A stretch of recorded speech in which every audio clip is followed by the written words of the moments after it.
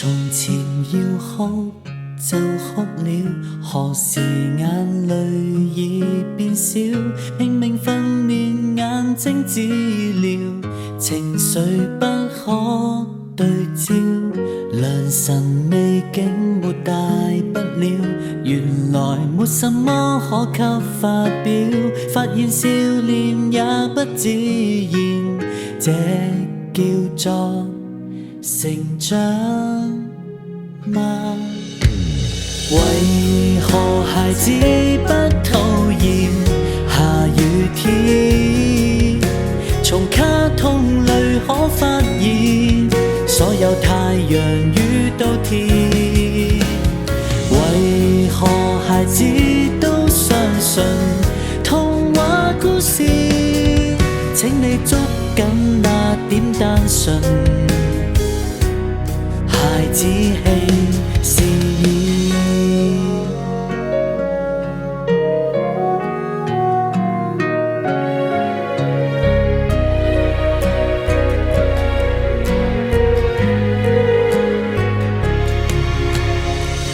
原來要哭，沒想過成年仲沒有結果，每日看盡各種奈何，忘了心底最初，回頭那些犯的錯，何妨漸漸都不必悔過，要令少年變得自然，再盼望改變。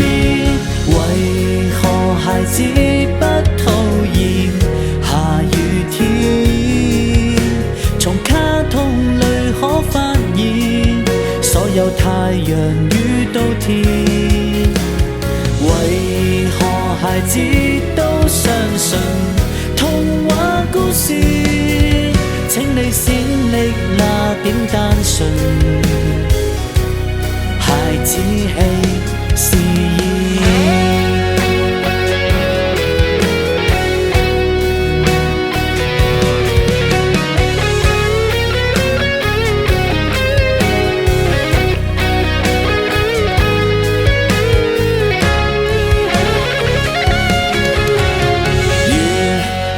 人生不只有下雨天，從天空裏可發現，所有變化有陣時。原來童話都擁有，隨着幼稚，請你拋開那點憂愁，微風會合奏。請你珍惜那點溫柔，孩子氣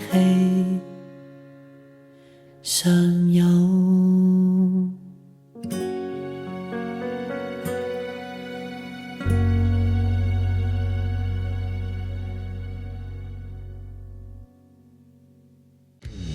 為何孩子不